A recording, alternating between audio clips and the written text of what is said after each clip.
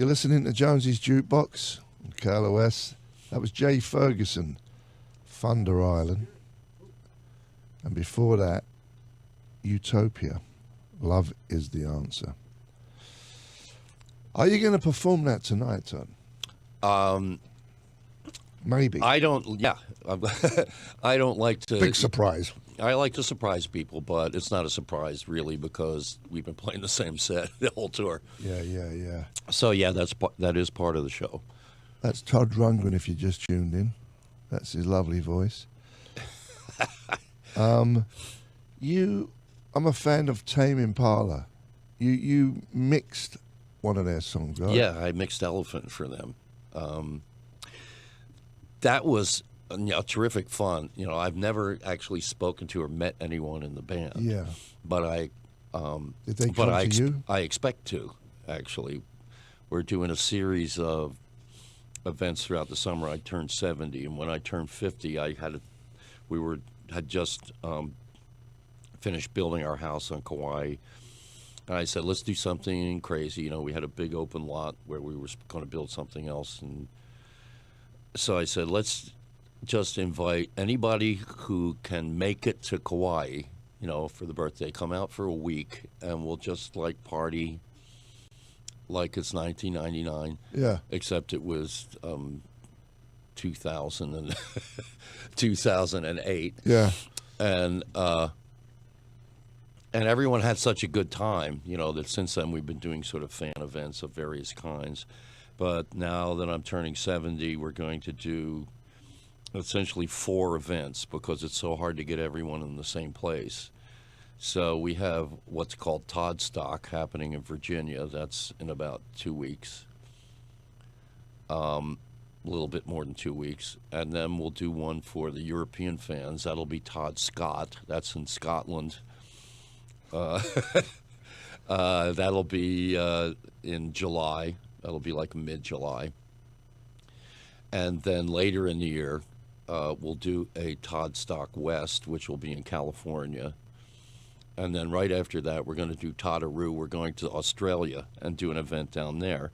And when I go to Australia, they're putting a band together so that we can kind of defray the expenses. So I'll do a little mini tour with a band of Australians that they put together. And it's rumored that there will be Tame Impala members in that band. So that'll be a great opportunity for me. Did they approach you? Yes, they did. To do a remix? There's a funny thing happening now, with younger musicians, which I guess is kind of natural. You grow up listening to a certain kind of music, playing a certain kind of music, and at some point you say there's got to be something else. I need to move. Yeah. Or grow. And for the most part, you don't know what's happening in the future, so you naturally go to the past and you start looking at music that was foundational to what you're playing now. So a lot of younger musicians are listening to artists from the 70s for inspiration because they don't want to sound like everybody who's doing music now. They don't want to sound like Imagine Dragons or, people whose choruses always go la, la, la, la, ya, ya, ya, which has to do with the festival phenomenon, Easy to sing along to. It's easy to sing along to. I mean, the festival thing actually, the U.S. didn't have the festival thing like Europe did. Europe has the summer festival thing going nuts, and it's only maybe in the past decade or so that it started to become a thing in the U.S. But I suddenly realized, that's why all these songs have nonsense choruses, because you're singing to, people who speak French and Spanish, and Italian and all these other languages, and you at least want them to sing along the chorus. Yeah. So you don't put any words in the chorus. You just go, whoa, whoa, whoa, whoa, whoa, whoa, and everybody sings whoa, whoa, whoa. And it's kind of, in some ways, destroyed music. Yeah. Because nobody wants to have a chorus that means anything anymore. Although, the Beatles' Hey Jude is kind of a nonsense chorus. I hated that song. I just hated it. But they love it at festivals. Yeah, I mean, festivals are great, but I mean, it's just long just for the sake of being long. It was. No, I didn't like that song. Maybe there was some drugs involved. Likely so, And then there was, Atlantis by Donovan, which essentially was "Hey Jude" again. You know? I thought this is a terrible trend. Yeah. So that's cool, man. That's cool. So I got to ask you, and I can't remember if I asked you before when I spoke. You know, I interviewed on another station. You were doing the Cars thing, Right. at that point. But I'm a big fan of the New York Dolls, and you produced the first album. And how did that come about? I'm sorry if it's a boring question. It's not a boring question. It's for me, it was like an interesting phase. I was like, for a moment, I was the producer. You know, just getting more offers than I could possibly. Like, who did consider. you produce before the Dolls? Like, I was involved in, let's see now, the first significant thing, I guess, was Stage Fright. Then I did Badfinger, Grand Funk Railroad. Yeah. Essentially, I had a reputation for taking troubled acts and getting them to the finish line, you know, getting a record done. Yeah.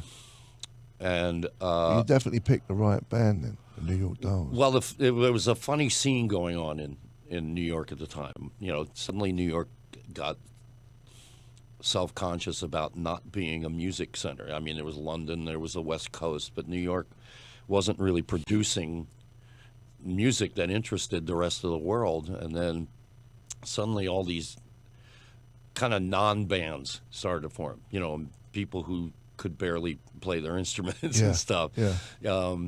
Wayne County and Proto-Kiss, Kiss before they figured out that the makeup and all that other stuff, you know. All these bands were happening. The nexus of all this was Max's Kansas City, which is where I'd like spend every night in the back room getting drunk. And the Dolls were the ones who kind of the cream that floated to the top of that whole scene. Yeah.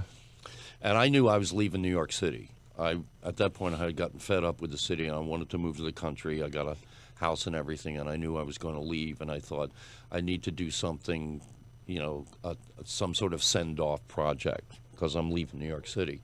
So I decided I would do one of these bands, and the Dolls were kind of the preeminent band at that point, probably because they had the most complete vision of themselves. You know, other bands,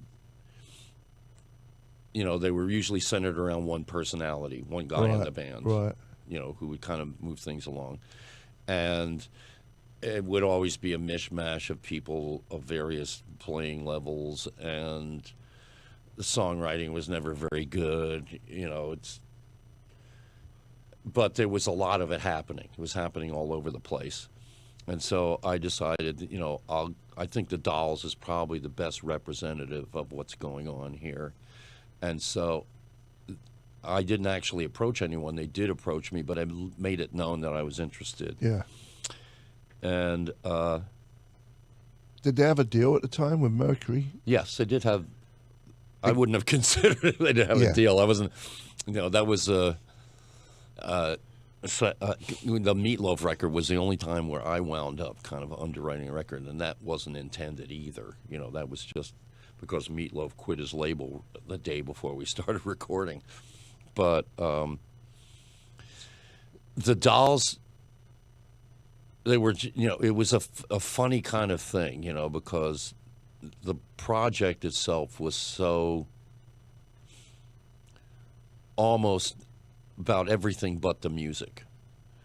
Yeah. You know, it was so hard to get everything, you know, get the groupies and the journalists and everyone, all the hanger-oners who were there to see to watch the record get made, you know, so to get them to kind of like, you know, stop fucking with the band, you know.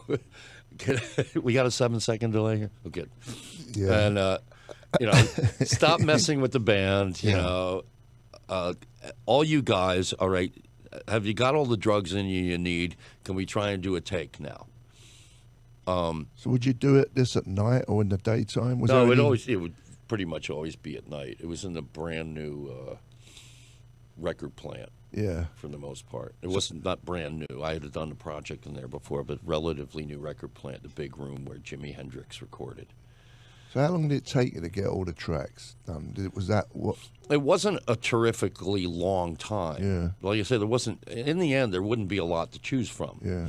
Because, like I say, it was so hard to get Yeah. the chaos, subdue the chaos, so that they would do a whole take. Yeah. You know, so they could do a whole take of the song. So it wasn't like we, spent a week on a song. In those days, that would have been, Well, they had the songs, right? They'd been playing around. They had the town. songs, and they had been playing them, yes. The problem was, of course, you get in the studio, and you've never been in the studio before, Right. And the Dolls were so much a combination of, whatever was going on musically and the attitude behind it. Yeah. And, maintaining the attitude seemed to be the priority Yeah. in some ways. Johnny Thunders wanted you to think he was Keith Richards. He was sullen. He made his hair real high. That kind of thing. The Dolls were essentially And was he they were Mick proto Jagger? Rolling Stones. He was Mick Jagger. David Johansen. Yeah. Yeah. David Joe was Mick Jagger. Yeah. I mean, their whole thing, the New York Dolls, was essentially completely lifted from the Rolling Stones drag era. Can you see your mother, baby, standing in the shadows? Yeah. Completely lifted that. That drag thing was a gag, and they completely lifted it from the Rolling Stones and became part of their image. As a producer, did you ever say, "Oh, that bit in Subway Train, can you make it shorter"? Was there any of that, like a rain? No, I didn't do much messing with the material. Yeah. I mean, there's not that much to mess with, really. Verses and choruses, if there's a chorus, and. You didn't want to make them do a song going la la la la. hey, goodbye. They would have done it too, because they're. You'll never make it in festivals, kids, if you don't put that. I know. Well, they were big. They were from Long Island. They were big fans of Long Island acts, particularly from like the very early '60s, like the Shangri-Las, which is why they got Shadow Morton to do their second album. One, yeah. They wanted that kind of like. I guess Long Island sound, that Shangri-La's kind of sound, but apparently Shadow Morton was in the throes of some habit, I guess he had, and they said most of the time they would find him asleep on the console. So, it is a shambles, that album, to me, the second album. I have not listened to it, so yeah. I have no idea. It's okay, but I like the first, not just because you're sitting here, but that's out of the two albums, that's my favourite. Did you mix it? Well, it usually happens, the second album is always the sophomore jinx. You have your entire career up until your first album, and all the songs you've written your entire life, up to your first album. And then your first album is a hit, and then you have to reproduce all of what went into the first album in like a year after that. And most people can't do it. Well, let's play Personality Crisis from the first album that you produced by the New York Dolls. Did you mix it too? Yes, I did. That was another funny thing. They had no appreciation for like the details of the project. I remember, first of all, more bass. That was it. We first started mixing. They all wanted to be there at the time. Oh, yeah. And they're all saying, I can't hear the bass. I can't hear the drum. Yeah. I can't hear this. I can't hear the... By the time you look at the board and all the faders are pinned at the top. There's no more headroom for anything. Start over. Pull it all down. Yeah. And so I finally realized you have to do that. For most acts, you have to send them away while you do the mixing and say, just come in and listen to it afterwards and give me some feedback instead of them, everyone like whispering in your ear, bring me up. We're here with Todd Rundgren. He's playing tonight at the Wilton, and we're going to play the New York Dolls tracks called Personality Crisis. It's you.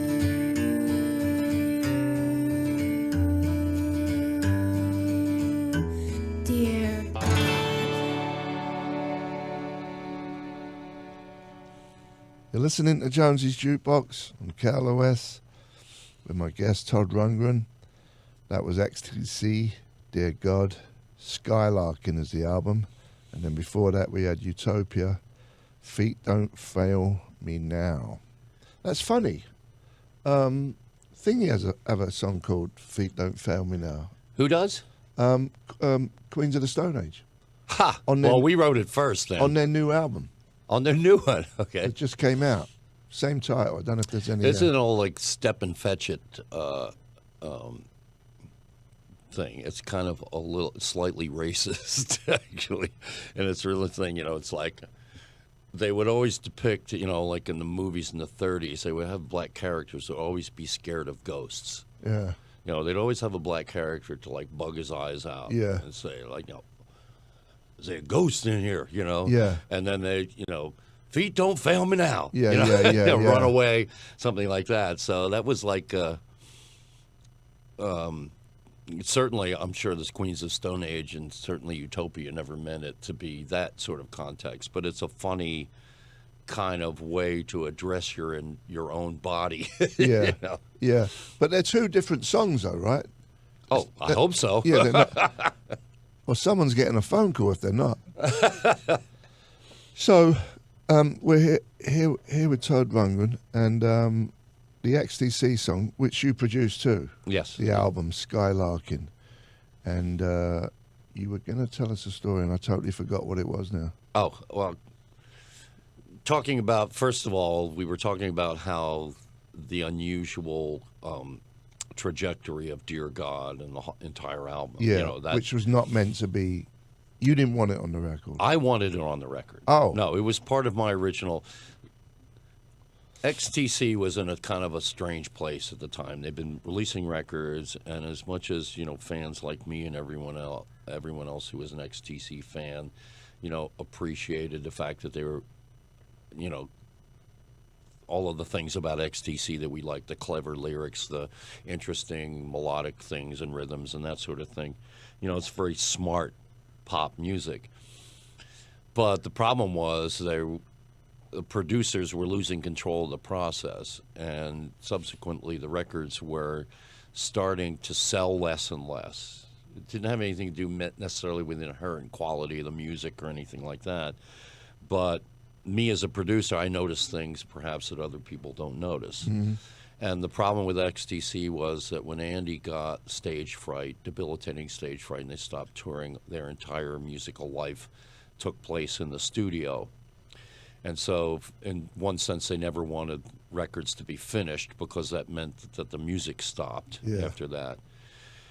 But especially as they would get to the mixing process, sometimes you lose perspective. Like if you give people too much time to do it, they lose perspective. Yeah. Spend all day mixing a song, then you take it home, and you find some little thing wrong with it, and you come back the next day and you start mixing it again, and it goes day after day. And for XTC, what would happen is like all of the air would go out of the mixes, because Andy would find some little space he wanted to fill it in, so he would like make something brighter or louder or whatever, so that it was kind of like it was losing its dynamics, It's just like a thing that comes at you. And I would listen to like Steel Wheels. No, wait, is that a Rolling Stone record? Yeah. No. It's a different one. Not a good one. Not a good no, but they had a record with like a train on it. I can't remember, and it was the one that came maybe just before we did Skylarking. And I listened to the record and I say the songs are great, music great, but I get to the end of the record and I feel exhausted. Yeah, you just feel tired, and the reason why is because you're straining through the entire record to like pull things out of the mix because everything has gotten flat. There's no air in anything, nothing particularly sticks out. And, so straining to pick things out of the mix makes you tired after you're done the record, and you don't look forward to hearing it again. Right. And so that was a product of essentially, when you don't go out on the road and play the material and you just keep mixing it over and over and over again and looking for spaces to fill in. So when I got involved with XTC, the first thing I said, well, I'm not going to be the producer that leaves on this one. I'm going to be there for the entire record. And declared that to the band because I knew the history of the band. And by the time we got to the end of the project, a remarkable thing happened. We got through like 2 mixes. We started the project in my studio up in upstate New York. we essentially laid out the whole record. The entire record is on 2 reels of tape because it all segues into, all the songs segue into other songs and stuff like that. And they're in a very particular order. So we laid down all of the basic stuff in upstate New York. We went to San Francisco and we overdubbed all the drums and strings and all the other stuff in the studio that the Tubes had built to do to complete an album called Love Bomb that we had done. And then we went back to do the mixing back to upstate New York. After the second song, the band said, "We're going home to England. We're not going to stay for the mix."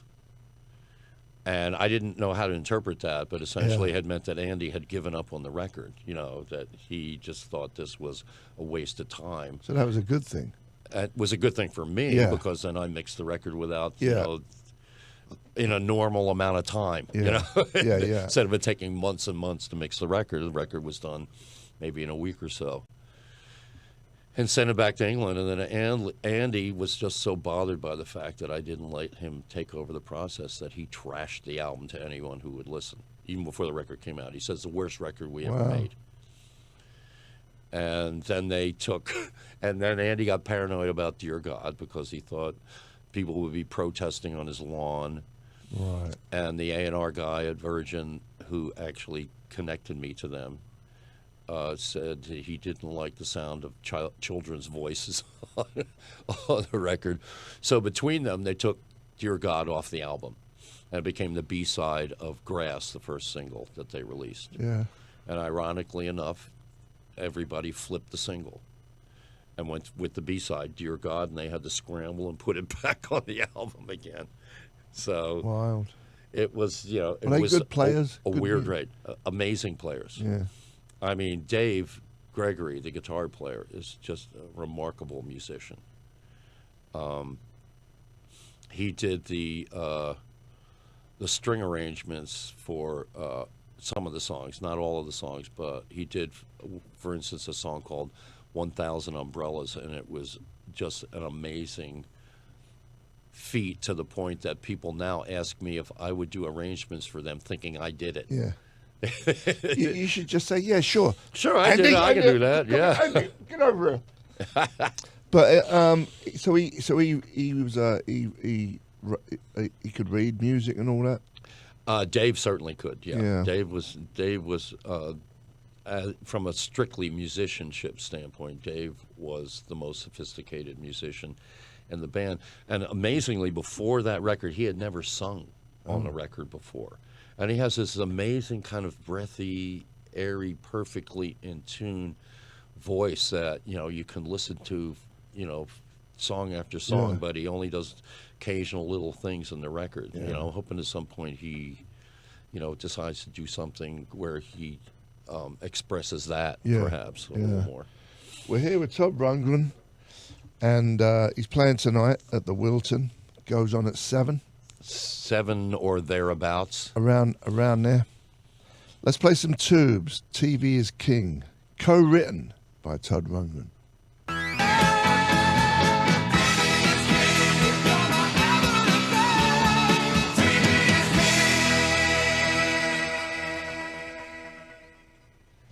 You've been listening to Jonesy's Jukebox on KLOS. That was the Tubes. TV is King. And we're here with Todd Rundgren, who's we're going to knock it on the head soon. He's playing tonight at the Wilton, and goes on 7-ish, and that's about it, man. That's all she wrote. That's all she wrote. Till the fat lady sings. All the other one-liners. Yeah, let's come up with other pithy apothegms. Yeah. So do you still produce other bands if they come to you and you like them? I would, but, the record industry has changed a lot. There's no money in it. In some ways, there's no money in records, but that's the way it was before there were records, and it's probably the way it should be. Mm-hmm. You make your money actually playing the music for people, not selling reproductions of the music. Yeah. I mean, records are a great, convenient way to hear music anytime that somebody wants to hear music. But, as from the other side of it, as a musician, you have to create it in real time for people for it to qualify as music. Yeah. But you don't even need to make records anymore. It just goes straight to iTunes. There's no product. It's just a yeah. Well, the hard copy thing has become less of a commodity, except in Japan, because the Japanese still like to have a thing. Right. The Japanese buy more CDs than the rest of the world combined. Yeah. Everyone else has gone, ephemeral. Yeah, Everyone's downloading stuff at this point. And I always felt that records are supposed to be promotion for your live thing. And that whole era of like sitting at home and waiting for a dump truck full of money to come to your lawn because you had a hit record, was never actually real. Anyway, and most artists know that. If you have a hit record, you're going to make 10 times what you made on the record if you go out on the road and play the music live. Sure.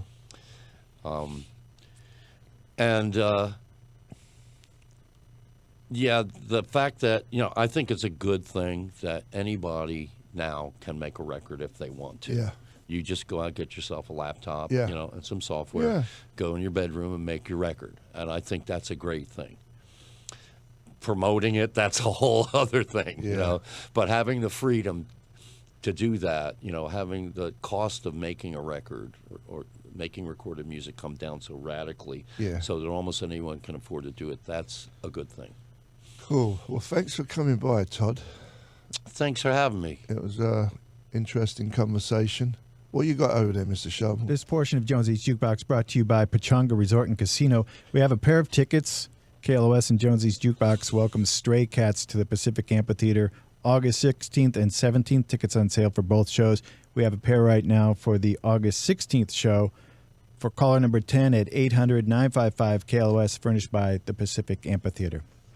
Gary Moore's up next, I think, and we'll be back tomorrow at 12 bells.